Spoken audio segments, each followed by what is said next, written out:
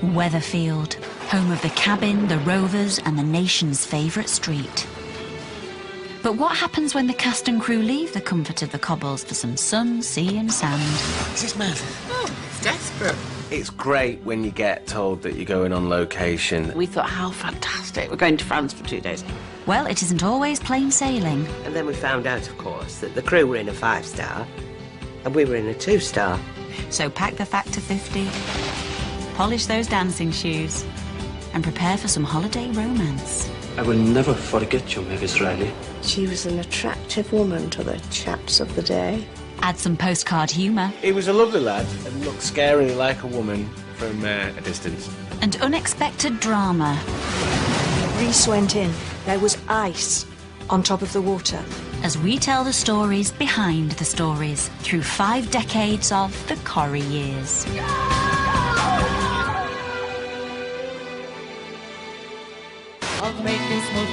It's 1974 and Sylvia hits the top 10 with a package holiday classic. But for nearly 50,000 Brits abroad, it's a holiday from hell when travel agents Court Line go bankrupt, leaving them stranded. I can't believe it. These things can happen these days. Meanwhile, back in Weatherfield, the girls are getting ready for takeoff in the first foreign filming in the history of the street. In 1974, Susie Hush took over as producer on Coronation Street. She's very girl power, so she got Adele Rose, who was the only female writer on Coronation Street at the time, to pen an episode or two where the characters went to Mallorca. Bet had won Spot the Ball or something. This year we're off to sunny Spain. And guess what? They were all off to Mallorca. Yippee. For ultimate realism, it was decided that the cast should film in genuine hotels, full of real holiday makers. There were people who were really, really on the holidays. They weren't that happy with our director getting into the pool. Everybody out! Clear the pool! I mean, they paid for their holidays. So, inconvenience for the holiday makers. But this was proving no dream trip either for the cast and crew. The makeup girls were down in the basement and it was just stank of sewage. It was just awful. I only joined for the glamour. I don't want to even think about home. But on screen, it seemed the girls from Weatherfield were enjoying the sun, sea and local attractions. It reminds me of my stand. And romance was soon in the air for the unlikeliest of catches. Mavis had a wonderful time because she ended up with a very handsome guy. He was very fit and she was absolutely won over by him. What a body on that Spaniard. I will never forget you, Mavis Riley. It's the unlikely one, isn't it, who ends up with the man. Well, Mavis found true love with Spanish heartthrob Pedro. Well, they seem to be enjoying themselves, particularly our Miss Lynch. Bet was seduced by a smooth talker from closer to home. And Bet, another broken heart, believed every word because he called her princess. Do you like it, Princess? Why do you call me Princess? Well, in all the storybooks I read when I was a little lad, all the beautiful princesses had long blonde hair. I mean, come on. Come on. If you think a girl like me would fall for a daft, corny line like that, you're a fantastic judge of character. But she wanted to believe it, so she believed it. And then she didn't catch the flight to go home. Where the heck's she got to? When will I see you again? She went back to find this property developer at the bar, already using the same chat-up lines with another bird. There's one thing I can't stand. It's a bird that doesn't know when it's time to go home. Around 15 million people watched a jilted Bet Lynch abandoned in Mallorca, leading some viewers to take drastic action to help their favourite character get home. I was called up into the offices. There were hundreds and thousands of return tickets for Bet Lynch from Mallorca to Manchester. Betty? Buenos tardes, amigos. I felt really quite guilty about the whole scenario, but it was. I also found it a bit frightening that people believed to that extent. Nothing happened to me that they wouldn't show on television. But they did.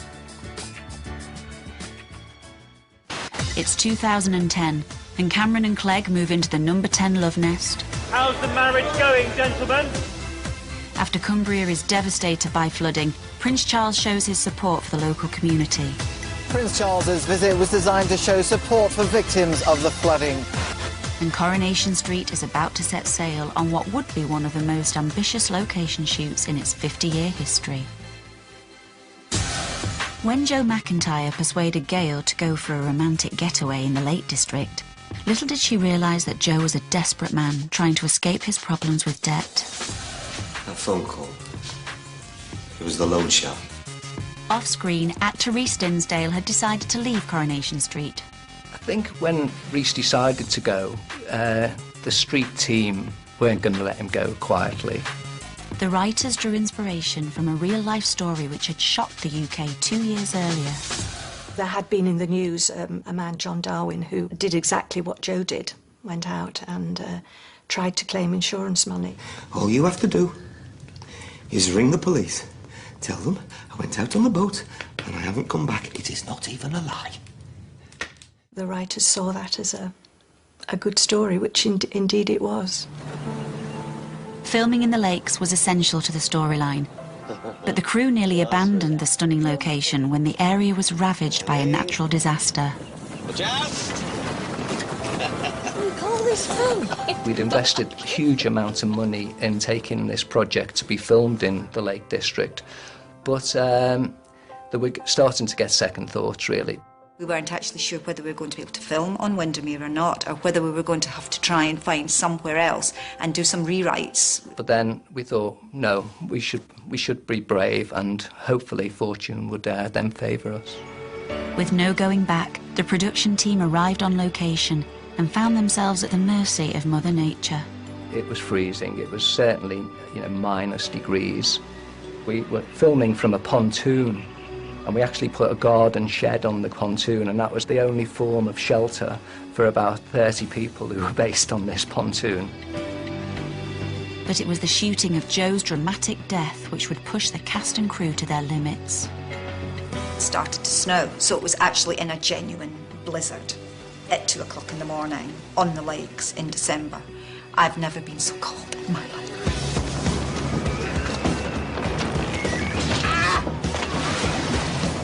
Rhys went in, there was ice on top of the water. He was freezing. As he started to swim towards the boat started to move away. So the distance, which started off as only having to swim a couple of metres, suddenly became 10 metres, suddenly became 15 metres. He had so much to do in those episodes, and he did it brilliantly. He's brilliant.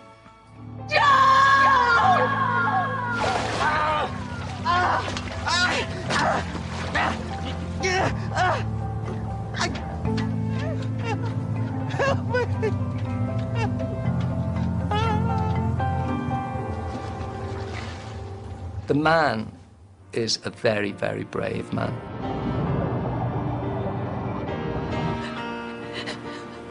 And it was lit wonderfully, wasn't it? All that moonlight on the water, and it just looked amazing. The adverse conditions we were filming in that night did contribute for some of the most atmospheric shots that we got. The mist that was coming off the lake, you could spend £1 million in Hollywood to create that effect. We didn't have to. It arrived all by itself. Besides all the problems it created some magical pictures.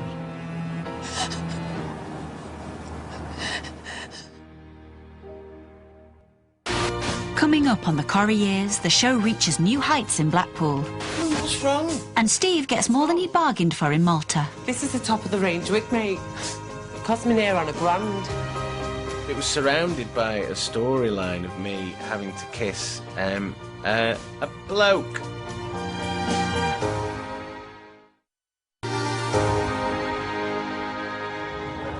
Throughout Coronation Street's history, we've seen story after story unfold on these famous cobbles. But what happens when the cast and crew wave goodbye to Weatherfield? Over the last 50 years, there's been one place that's hosted more Corrie visits than any other. You can't beat Blackpool. Blackpool, I think, is probably Coronation Street's second home. You can cook the smell of shrimps and best bitter with a knife. It's paradise. It has that feel and the humour that's at the heart of Coronation Street. Give us it here. It's 1961, and the Northwest is in mourning as ukulele king George Formby dies from a heart attack. Soviet cosmonaut and first man in space Yuri Gagarin is given a hero's welcome in Britain. Meanwhile, the cast and crew of Coronation Street prepare to leave for the first ever location shoot. At the end of the week, we got new scripts. I thought, wow, we're going to Blackpool. So that was quite exciting. Factory worker Doreen Lostock was Billy Walker's sweetheart and one of the lucky residents to spend a bank holiday in the seaside resort.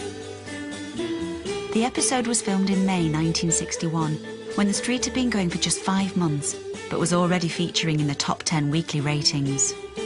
Well, we were a bit stunned by the amount of people who'd heard that we were there. Hundreds just surrounded us, grabbing hold of us, you know, and it was a bit nerve-wracking, really. The technical limitations of early days of television meant creative solutions were needed if a problem occurred. They hadn't taken the radio mics with them for sound, so they couldn't pick up what the characters were saying. Because there'd been technical problems, they put music over the second half of the episode. We do like to be beside the seaside, and it went on slowly, being repeated.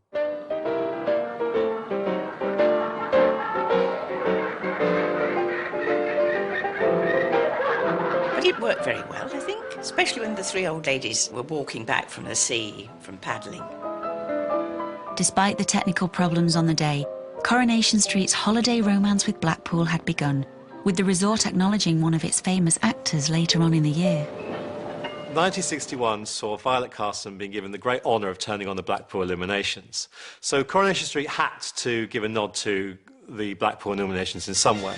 Viewers soon saw Coronation Street embark on another trip to the seaside, the second in just 6 months. Oh, look at this Sharples, old King Cole. That's old King Cole, I'm Huckleberry Ann. If you don't know what you're watching, you want to keep your trap shut.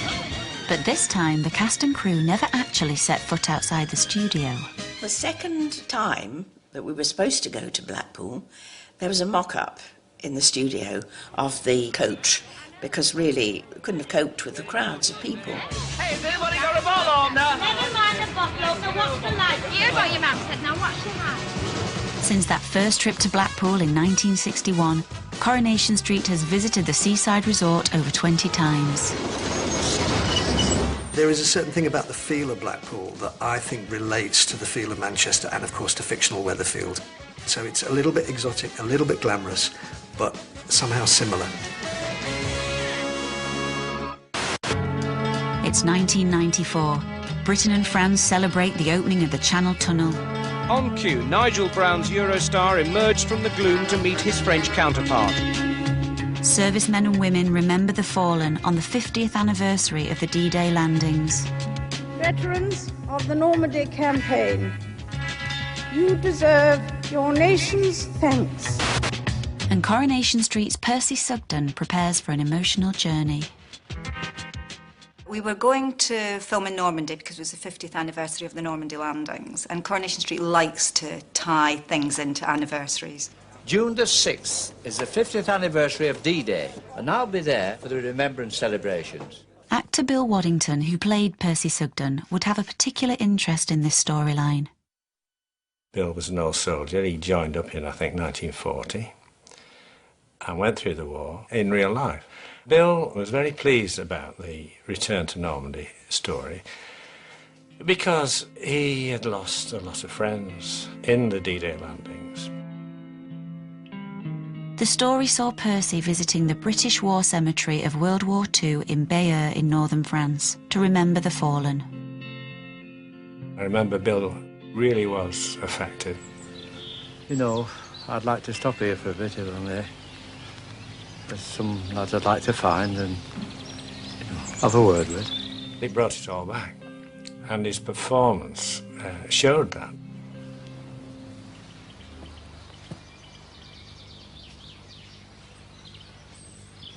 He was recalling men that had died.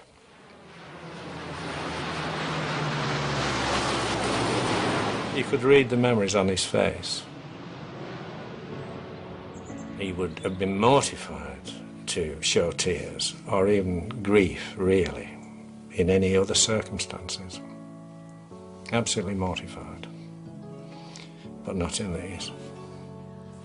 As Percy and Bill were left with their thoughts, the story moved on to the American cemetery at Colville-sur-Mer, where nearly 10,000 American soldiers are laid to rest. As you passed hundreds and hundreds and hundreds and hundreds of little white crosses with all these boys' names on them, it was just heartbreaking in the worst possible way that I've never ever got over it.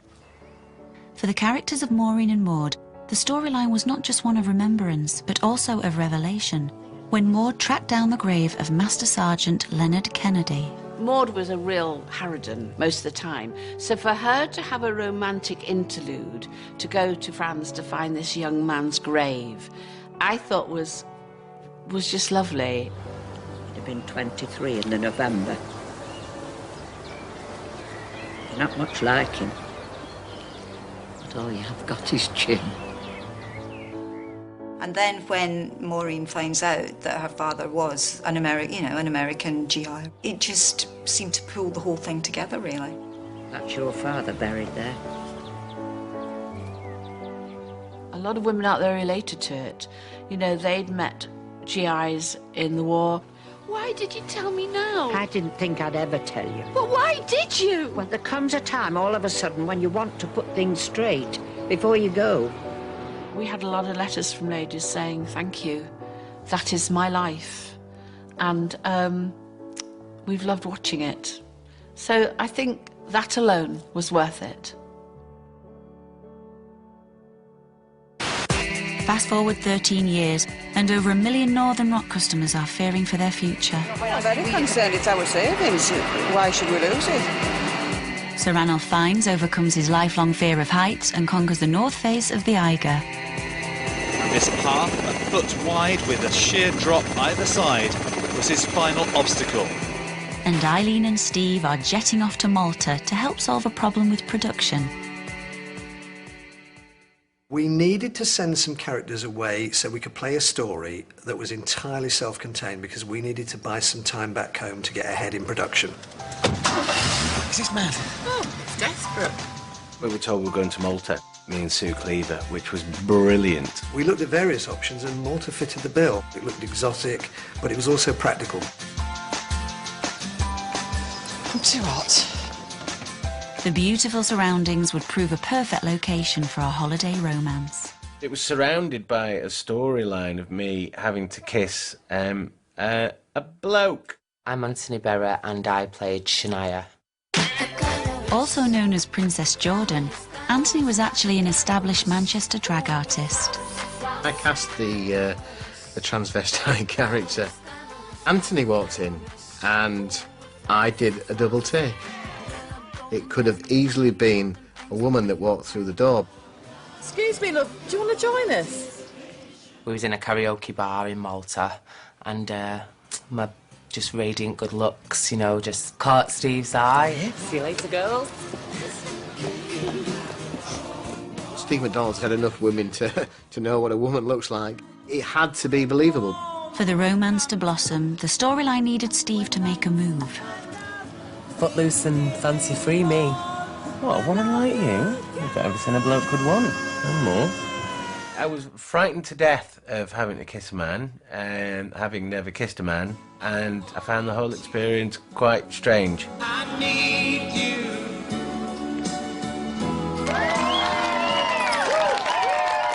If you look at the picture of us kissing, my mouth's like as if to go, oh, go to kiss him, and he's literally like this a little bit.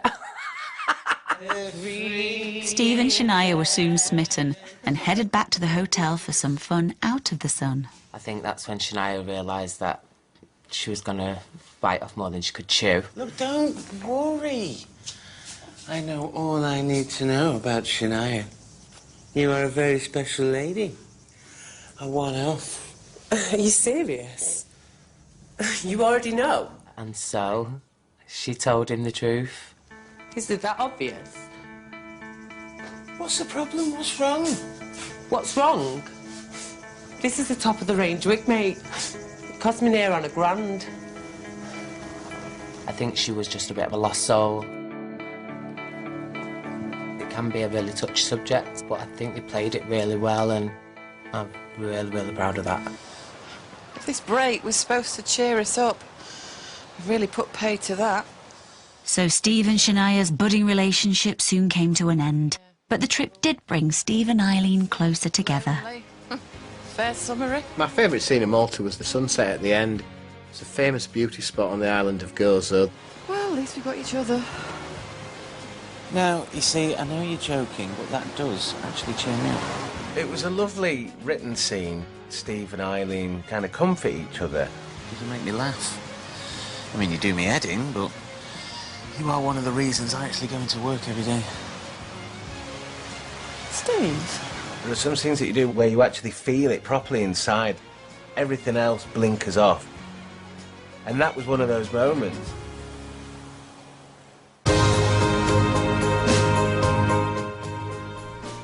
Well, after that grim discovery last week, could the girls already be in too deep with their dangerous game of cat and mouse about to bring consequences that none of them could have expected next in the final part of the Bletchley Circle?